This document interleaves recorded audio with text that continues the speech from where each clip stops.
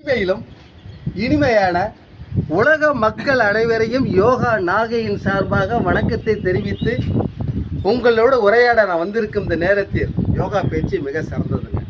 உடலை எந்த அளவுக்கு குழவுபடுத்துறீங்களோ காலை பொழுதில் உங்கள்கிட்ட உடல் அந்த அளவுக்கு ஃப்ளெக்சிபிள் ஆகி வளையும் தன்மை ஏற்படும். வளையும் தன்மை ஏற்படும் போது உடம்புக்கு தாங்க வயது, ஆத்மாவுக்கு வயது கிடையாது. தெரிஞ்சுக்க வேண்டிய எல்லாருக்கும் தெரியும், இருந்தாலும் ஒரு சில வரிகள். அப்போ இது முதல்ல நான் மாற்றி சொல்லுவேன். முதல்ல இது நம்ம உடம்பு இல்லை, ஆனால் ஆத்மா இருந்தால் நம்ம உடம்பு. இந்த ஆத்மா வச்சு உடம்பை எப்படி இயக்குறது பாருங்க. சர்வசாதாரணங்க, டக்குன்னு அவ்வளோதாங்க. இப்படி தூக்கி அப்படி அடிக்கணுங்க இந்த இடத்துல, அவ்வளோதாங்க. வயதாங்க முக்கியம், மனசு முக்கியங்க. மனம் இருந்தால் மார்க்கம் உண்டு. இதை மையமாக வச்சு இப்போது ஒரு பயிற்சியை நான் செய்து காட்டுறேன். இதை செய்து காட்டும் போது தயவுக்கூர்ந்து வழி இருந்தால் யாரும் தொடர வேண்டும். சாதாரண விஷயமா 2 காலும் தனித்தனியாக வைக்க வேண்டும். வச்சு அப்படியே இந்த இடத்துல மலையை போல் வர வேண்டும். மலையை போல் வந்து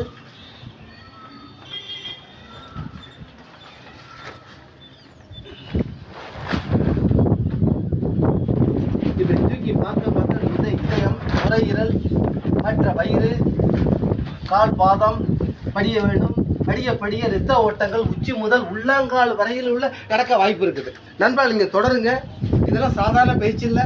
உள்நிலைக்கு உடனே வர முடியாது, ஆனால் ட்ரை பண்ணும் போது தொடர்ந்து வர்றதுக்கு வாய்ப்பு இருக்கு. ட்ரை பண்ணுங்க, தப்பாக செஞ்சால் கூட பரவாயில்ல. ஆமாம், ட்ரை பண்ணுங்க பார்ப்போம்.